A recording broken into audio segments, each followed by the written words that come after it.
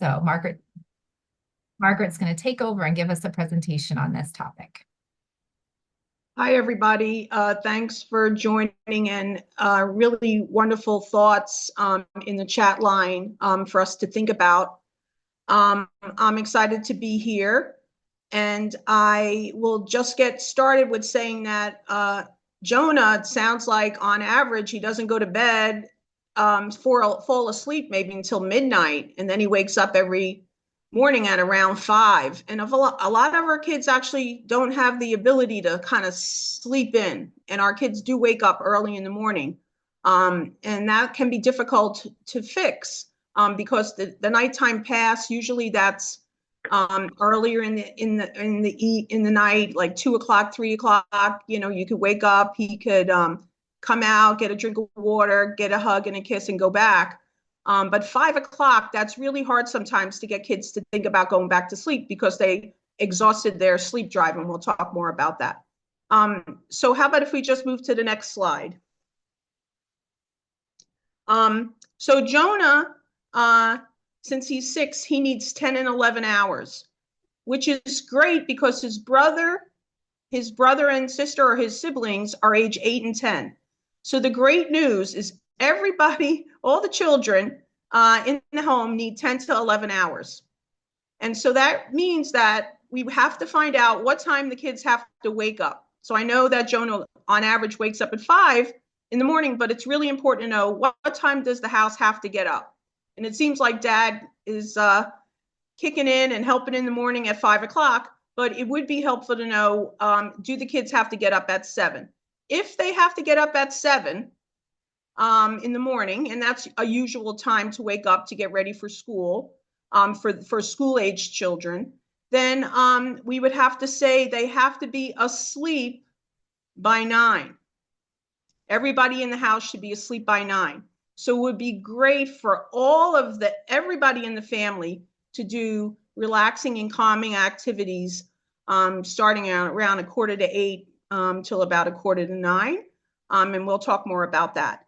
What's really fascinating for me is, since I've done 4 research studies, is that the National Sleep Foundation is presenting here what we need.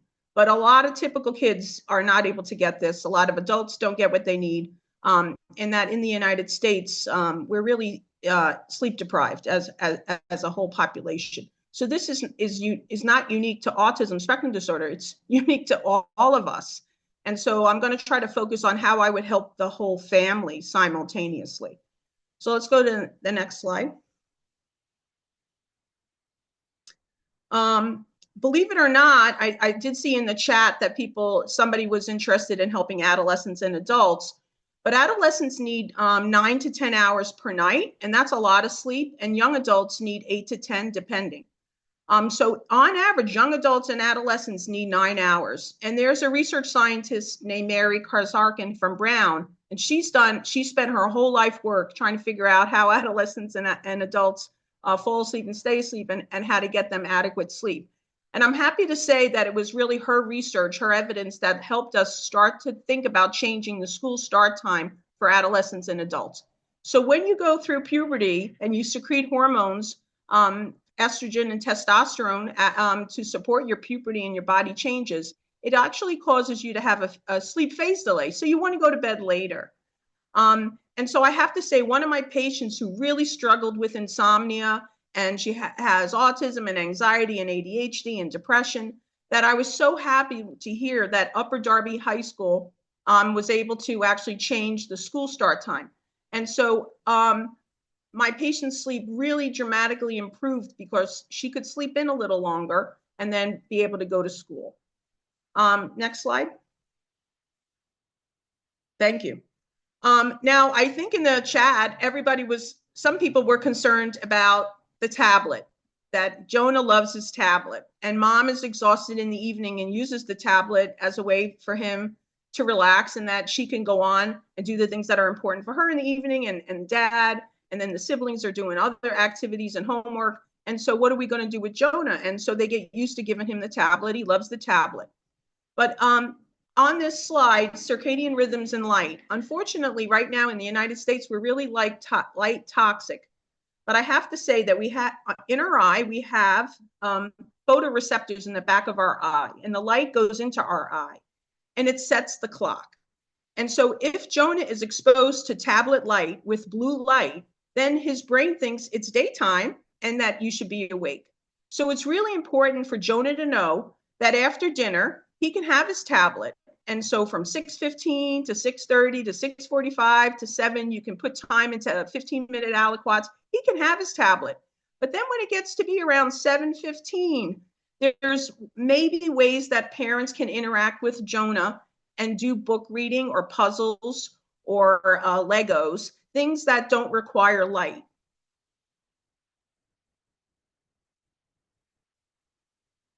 And then on the, go back to the previous slide. Yeah, thank you. On the right side, that's actually a picture of the United States, a shot from the moon looking at the United States at night. And we can see where we live in the Northeast is all lit up.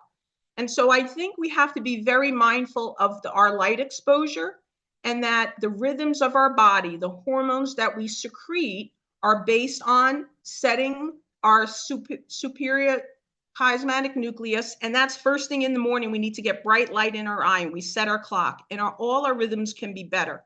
So if we get light exposure in the evening when it's dark, we're actually muting our ability to secrete melatonin. So next slide. Thank you. Okay, so the red line is actually our circadian rhythm. And so we really need melatonin. We secrete it in our body, and it starts to be secreted at around 6 p.m. And then as it builds up, it kind of matches and intersects. So the sleep need and the sleep urge intersect, and they form a push for us to fall asleep. So poor Jonah has a blunted circadian rhythm because he's putting bright light in his eye, and he's also in a high aroused state. It sounds like his parents are saying it's very hard for him to settle down and to relax. And so he's in a high arousal state in the evening, and he's all worked up. It's hard for him to settle, and then he's using his tablet and he's putting bright light in his eye. And so the melatonin that he's secreting is not sufficient, or even not being produced, because he's in this high arousal state. And then the sleep need, as it were a homeostatic sleep drive, it doesn't really kick in for him until about midnight, because on average we have to get about 4 to 5 hours of sleep. So he'll just pass out at midnight, and then when 4 or 5 hours are up, he'll wake up at 5. So what's missing here is the circadian rhythms. Okay, the other thing is, I want to let everybody know that in the middle of the day, there's a circadian lull. And you can see around 2 to 3 in the afternoon, it's the red line. That circadian lull means that most of us could take a nap. We highly recommend people who have insomnia or difficulty falling asleep that they don't take a nap. But college students who are not getting enough sleep really should take a nap if there's no way they can get to bed at early hours. Moreover, a lot of times we ask children with autism spectrum disorder to do the hardest things between 2 and 4, because often that's social skills training or social interactions. And actually that's a circadian lull. So a lot of times our kids with spectrum, do like to go home, and when they finish their day of school around 2:30, they like to take a break and relax. And sometimes they like to go into a peaceful, quiet spot. They want to do their preferred things. They want to have a snack, and they want to recharge. A lot of our individuals that I care for in children, by the time it's 2 or 3 and they kept it together during school, they need a break, and they're having a circadian lull. And we should honor that. And I think sometimes we ask a lot of our families and kids in that after school hour, when actually our kids actually need a break and their social battery is used up. Okay, thank you. Next slide. All right, so we know that Jonah is not sleeping well. He's going to bed maybe 11 to 12 at night, and he's waking up at 5. So he's having like 3 or 4 hours of sleep debt every night. And we know, based on science, and there's lots and lots of evidence, that poor sleep really can cause problems with anxiety and depression, activity, aggressiveness, impulse control. It absolutely affects your attention and memory and executive function. And this has been published and documented again and again. Moreover, poor sleep now has been associated with increased risks of cancer, and that when we sleep, we actually clean up our DNA and then we get ready for the next day. And so sleep is amazing for our health. And I highly recommend that everybody in Jonah's family, mom, dad, and all the 3 kids, all get a really juicy, delicious night of sleep. Next slide. Thank you. All right, so we have the opportunity because at University of Pennsylvania, we have Michael Perlis, and Michael Perlis has actually published the most on cognitive behavioral therapy for insomnia. And he's saying that insomnia, or difficulty falling asleep for Jonah, is really a physiological model or a hyperarousal model. So there's something about having autism. It's something about just being either anxious or having ADHD symptoms or just being overwhelmed in the evening. It kind of picks up in the evening. And if you're in a high arousal state, you often have difficulties initiating sleep, frequent night wakings, and then your sleep does not feel restorative. And so we mean that's the definition of insomnia. So it takes you over 30 minutes to fall asleep. And so Jonah's parents are putting him to bed around 8-ish, but he's taken hours to fall asleep. And so he meets criteria for insomnia. Okay, next slide. So this is the thought, and I think in the chat, people have had a lot of thoughts about it. So the ecological and sensory supports we're going to talk about, behavioral strategies and cognitive behavioral therapy for insomnia, then specific calming modules, and then we alluded a little bit to medications.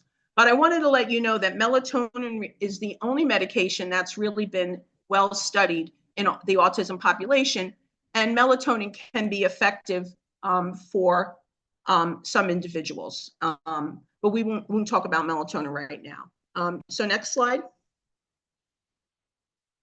All right, let's talk about the sleep environment. So I think in the chat, there were people who were interested in knowing what does his room look like. And they were interested in having some sort of a bed where he may feel like he's like snugged in. This is a picture of a room that I went to when I did a research study. And I was able to negotiate with this girl that we were going to have a couple of stuffies, and we're going to put all the other stuffies in special buckets, and we're going to label them, and we're going to create a more relaxing environment for her to sleep. So in general, the most cost-effective and low effort for families is for them to go to their bedrooms and take a good look. And the bedroom should have the ability to be dark, to be cool, because in order for you to fall asleep in the evening, the sun sets and it gets dark, but it also cools, the earth cools. So if we sense a cooling mechanism, it's a cue to fall asleep. If we sense that it's getting dark and we have less light, it's a cue for us to secrete melatonin and to get ready for sleep. So it has to be dark, cool, quiet, boring. You could put a little night light to help with anxiety. You can also put in a plug-in, and we'll talk more about that. You want it to smell like sleep. You want it to look like sleep. You want it to feel like sleep.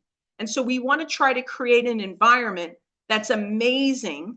And with this, we create a thing called stimulus control. When I go into that bedroom, I become irresistibly sleepy, and we can make this happen. The next is I had the opportunity to work with 3 occupational therapists. One is Roseanne Schaff. She used to be the chairman of the OT department at Jefferson, Christy Pucci, and Christine Cunningham. And I had the honor of learning a lot about how to adapt environments. And from what they've been telling me and what they've shared with the world is that it's important to nest and to be up against the wall. So if you're a child, it's better for your bed to be up against a wall so that you feel tucked in. You should have a favorite pillow and a blanket. Some kids like to be swaddled in a sleeping bag. Some kids just like a weighted blanket, and it's easy just to get a heavy quilt. So a heavy quilt puts pressure on. And the other is just like Jonah's parents put up a gate because they're afraid of him getting out of his bedroom and roaming around the house or trying to get out the front door. So there is a safety plan that you have to come up ahead of time, because if parents don't feel, if parents don't feel that their kids are safe, then that makes them anxious. Okay, next slide. Sorry, I was thinking somebody was asking a question. So where do we start with this? So I have to say that I stand on the shoulders of people who have come before me, and Dr. Beth Mallow has done the most research in children with autism spectrum disorder. And she has published a lot. And one of the biggest contributions of her and her team is that there is a sleep toolkit available on the Autism Care Network, and that you can download this. And that from her research, it showed that the sleep toolkit, if you get an hour education from a provider, that it can improve your sleep. But you can see from her data that sleep latency was able to decrease from 60 minutes to 40 minutes. So it was a big improvement, but there's still some more room to say, how can we help Jonah fall asleep and stay asleep? Because the parents want him to sleep at 8, but he's not going to bed until like almost midnight some nights. All right, next slide. Thank you. All right, so in the sleep toolkit, they absolutely say, please make a visual schedule. And that the speech therapist, Kate Bowser, knows that it's incredibly important for our kids to kind of sequence things, for them to language things. It's important for them to have a visual schedule. So this little girl here on the left, she has autism, and that's her sister. Now, her sister was typical, but when I went to the house, everybody wants a visual schedule. If you go there, everybody gets one. So I highly recommend for Jonah that he uses the ATN Sleep Toolkit and actually creates a visual schedule. And even his 8 and 10-year-old siblings should also make a visual schedule. And everybody should support Jonah in his journey on trying to get a good night's sleep. And so we highly recommend that you sit down, you figure out what your routine is, and that you create this visual schedule. Often you put it up on a refrigerator. Okay, next slide, please. All right, so now we know from the Autism Treatment Network and the Sleep Toolkit, it's incredibly important for you to have a great day. Go outside and get bright light in your eyes. Exercise, take good care of yourself. Have a really relaxing day. That's going to give you the ability to have a relaxing night. Now, you want to create a routine in the evening, and we're going to talk about that. But this is an important concept for you to know. If Jonah goes to bed at 8 o'clock and he goes in his bedroom, he's not sleepy. He's all wound up and he wants his tablet. What has to happen for this family, which is a hard negotiation, but it is very important, and it does get negotiated with kind and tenderness, that Jonah cannot go into his bed until he's irresistibly sleepy. So that means that you're going to equate going into the bedroom and I'm already about to fall asleep. And then the goal is to consolidate sleep, and that Jonah has to do things outside his bedroom that are enjoyable. And then if he has a lot of thinking that's overwhelming, we could do positive activities. So the goal is, once you're irresistibly sleepy and you go into the bedroom, there's cues that help you. So as soon as I know that I'm irresistibly sleeping and I'm into my bedroom, that means in the future, every time you walk into the bedroom and it looks a certain way, it's dark and I have my night light, I have soft music or white noise or brown noise, I have a plug-in so it smells, every time I go in that room, it smells like vanilla or lavender. I have the same snack every night. I have the same soft pajamas or stuffy. You're going to do the exact same thing every night in a routine if you can pull it off. So you have to say to the family, could you give us 6 weeks to try to get a really good routine for Jonah? Can we get your other siblings to do the same kind of routine that's more individual for them? And can everybody just delight in relaxing without technologies for about a half hour before you go to bed? So the thinking about CBT is, you don't want to go into the bedroom until you're irresistibly sleepy, because people who have insomnia, they usually put their kids to bed earlier in hopes that they fall asleep. But by doing that, they equate bedroom with struggle. And so this is an additional way to look at it, and it augments what we already know from the Autism Treatment Network Sleep Toolkit. Next slide. All right, so now Jonah would have to come up with a routine along with his brother, with his siblings, and the parents. Everybody should kind of get into a routine. I have found that for some children, brushing their teeth prior to bed is very alerting. So if you ask an occupational therapist, it's not a bad idea, sensory-wise, to brush your teeth earlier after you eat dinner and not equate bedtime with toothbrushing, because for some kids, that's very alerting.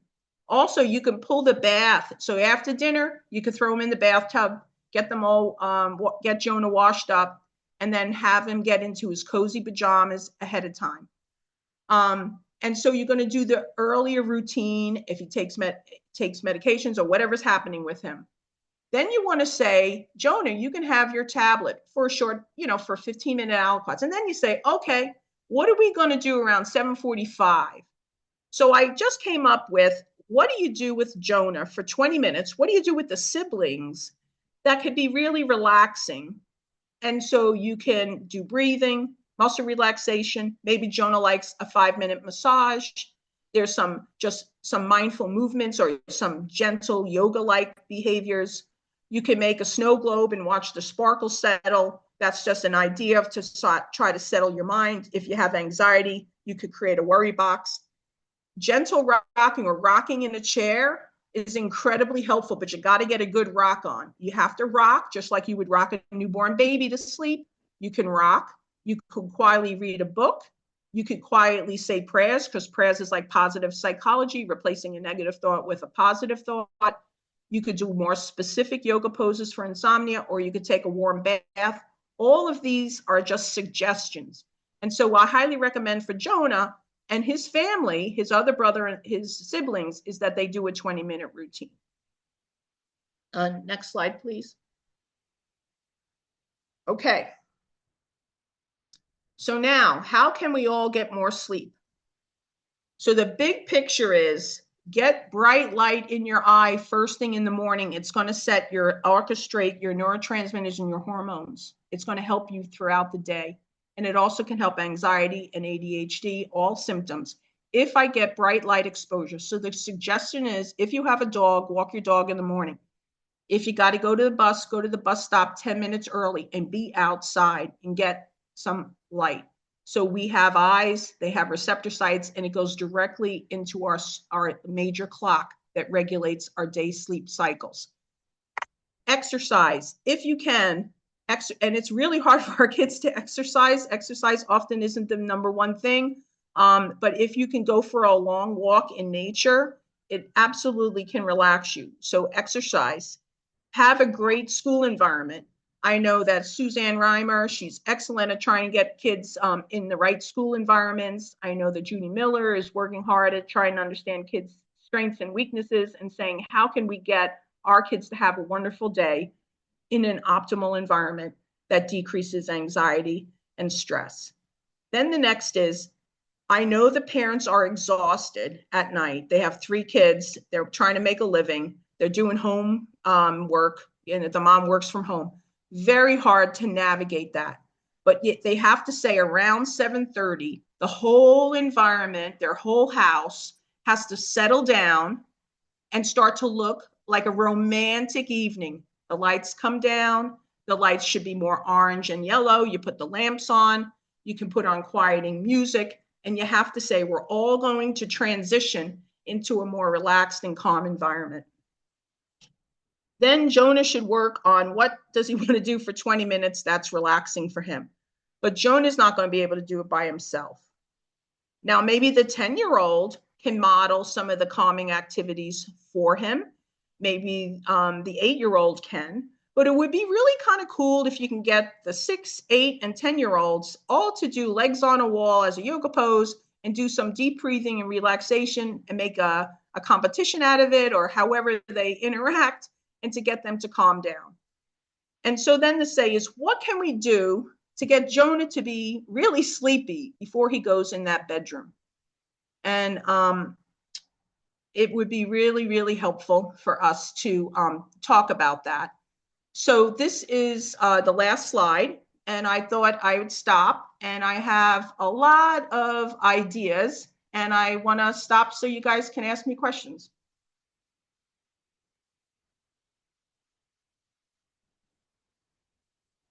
How about we keep the previous slide up just so people can keep looking at the different ideas.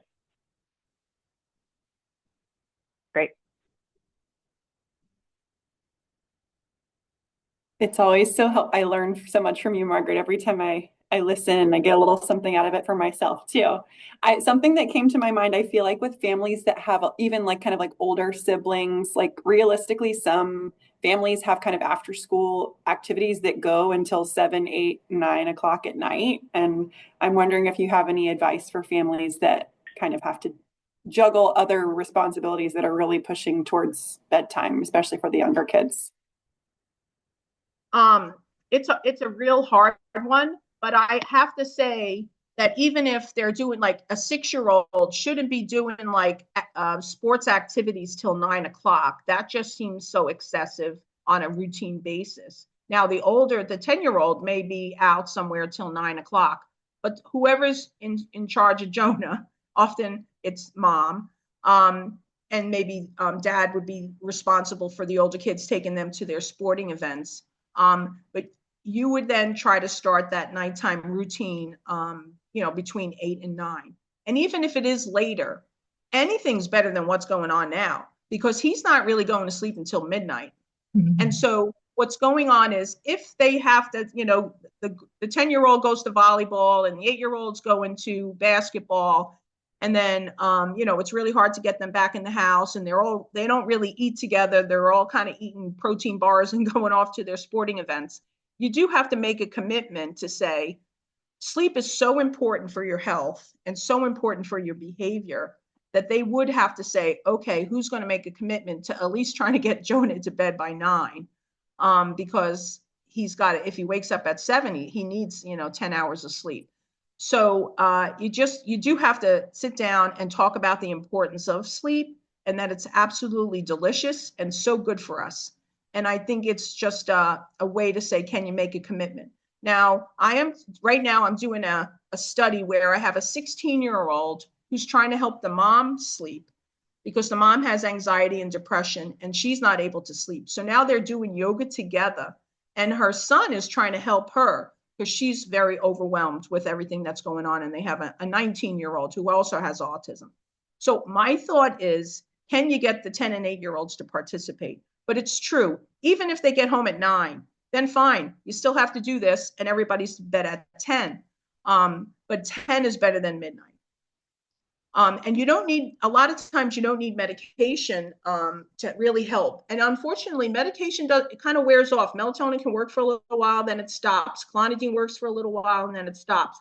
So I have to say, our kids are so at risk for insomnia, very high threshold because of the biology of autism. They're very at risk for insomnia. So they really do need these skills to limit what's going on in the evening and to really start to relax. Our kids are usually in a high arousal state. That means 60% of them have anxiety. Some of them have 50 to 60 have ADHD symptoms, and it really impacts their long-term outcome.